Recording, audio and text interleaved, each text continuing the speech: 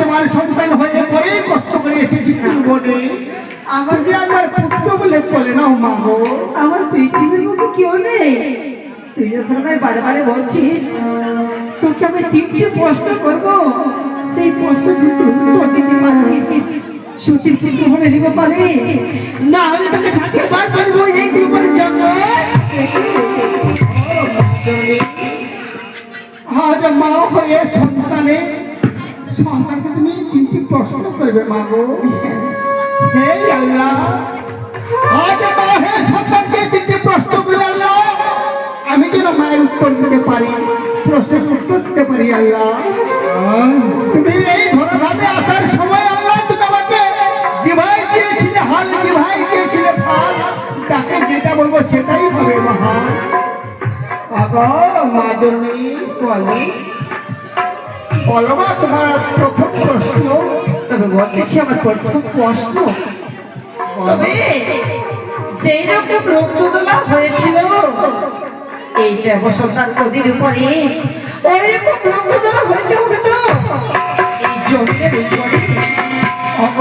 মা জননী আজ সেই রক্ত আমি কখনো হতে পারবো না মা। তুমি আমার কষ্ট দিও না মা। বলা যায় না। আজ আমার মাঝে বলেছে যেই রক্ত দেওয়া হয়েছিল আমারই গদির পরে, সেই রক্ত দেওয়া হতে আমাদের জমিনের পরে। আরে মিয়া কেবা কয় কেবা ভতিয়ায় এতটা জন্তুটো নাকি আর রক্ত তোলা হওয়া যায়? আরে মায়া আমার সতীর সৎ পরীক্ষা। তাহলে দেখি সতীর সৎ পরীক্ষা করতেছে এই কুলবনের জঙ্গলে। আচ্ছা আচ্ছা মা জননী হলো তোমার প্রথম প্রশ্ন। হ্যাঁ, তবে মাগো সব থেকে ব্যবুক হও মাগো। এই জন্যই বললাম কেমনই সাহস কবি।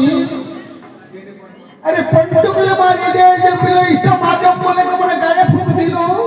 আরে রক্ত তোলা হয় কেমন সাহস কবি জমিনে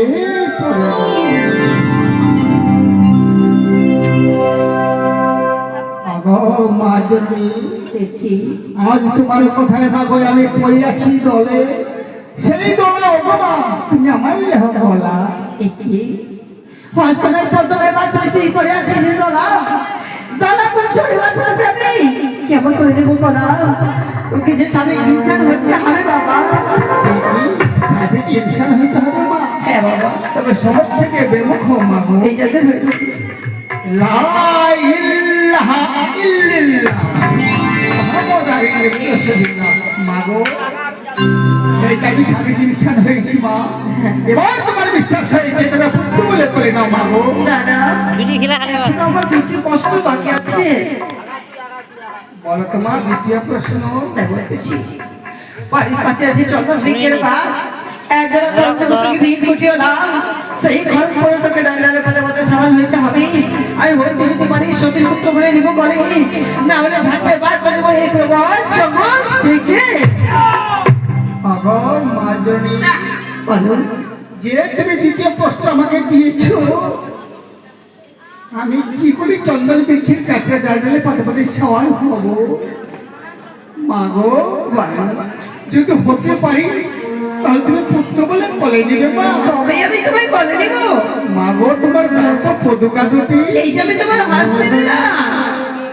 কেমন মায়ের পদুকার উপরে বিসমিল্লাহর নাম স্মরণ করে আল্লাহর নাম স্মরণ করে পদুকার উপরে পাও রেখে দিল, সেই পদুকা নিয়ে চন্দন পিছের গেছে জঙ্গলে পথে পথে সওয়ার হইতে লাগিল।